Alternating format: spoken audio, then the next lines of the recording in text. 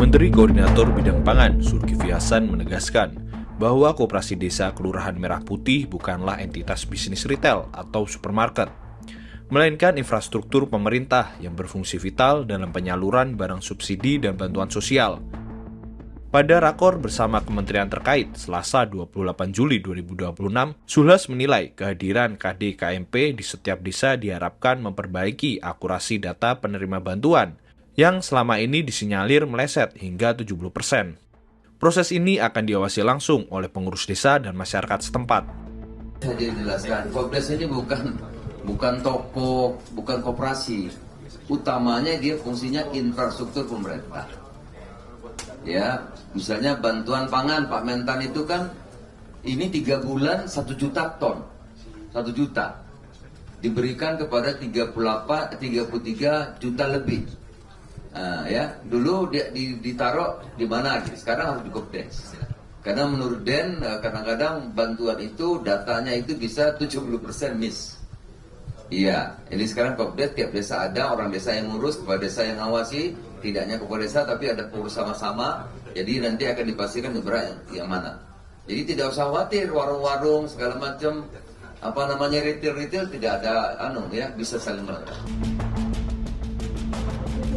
Menteri Pertanian Andi Arman Sulaiman turut menjelaskan bahwa koperasi di sektor pertanian memiliki fungsi utama untuk memotong rantai pasok yang panjang dari 8 rangkaian menjadi hanya 3 rangkaian, yakni petani, koperasi, lalu ke masyarakat. Selain itu, KDKMP akan berfungsi mendekatkan akses pupuk bagi petani, sehingga petani tidak perlu jauh-jauh ke gudang pusat.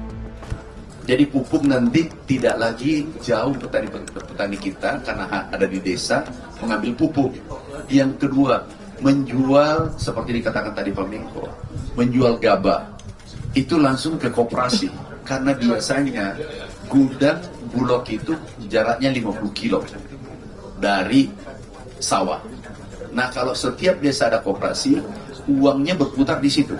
Jadi rantai pasoknya pendek, kemudian daya beli masyarakat naik, kemudian kesejahteraan petani meningkat.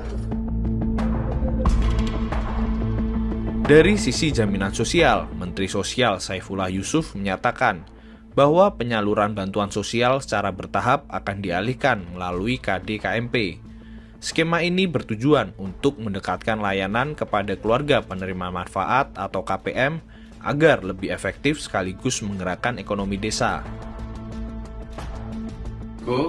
Sesuai Inpres nomor 9 tahun 2025 ada beberapa isu yang terkait Kementerian Sosial dengan KDMP. Yang pertama, mendorong seluruh penerima manfaat atau keluarga penerima manfaat dapat menjadi anggota KDMP.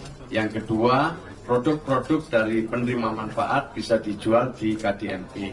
Yang ketiga, penyaluran bansos nanti secara bertahap akan dilaksanakan di KDMP, dan yang terakhir adalah pembelanjaan kebutuhan pokok bisa dilakukan oleh keluarga penerima manfaat di KDMP di tempat tinggal masing-masing.